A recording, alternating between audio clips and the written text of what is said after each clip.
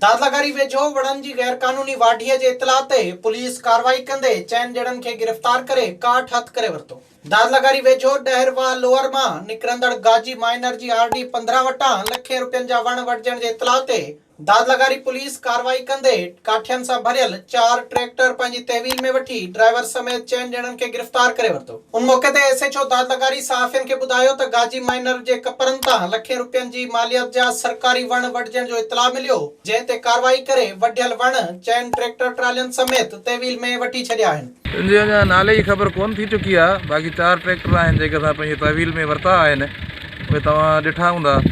बाक़ी जीअं क्लियर थींदो जंहिंजो बि नालो थी आयो, जेके बि हिन में मुलविस माण्हू हूंदा उन सभिनी जे ख़िलाफ़ कानूनी कार्रवाई कई वेंदी। होॾां गिरफ़्तार ट्रैक्टर ड्राइवर निसार लगारी ॿुधायो त असांखे दिलावर पिताफी नाले हमरा काठ खणाइण लाइ वठी आयो हो, असांखे वणनि जे सरकारी हुजण जो पतो न हो। दारोगे अकबर छिजण ॿुधायो त असांखे वणनि जी वाढी बाबति को बि इल्मु नाहे ऐं न ई कंहिं वण वढण जी इजाज़त वरिती आहे। विज़िट कयो अवामी आवाज़ मीडिया ग्रुप जी वेबसाइट awamiawaz.pk।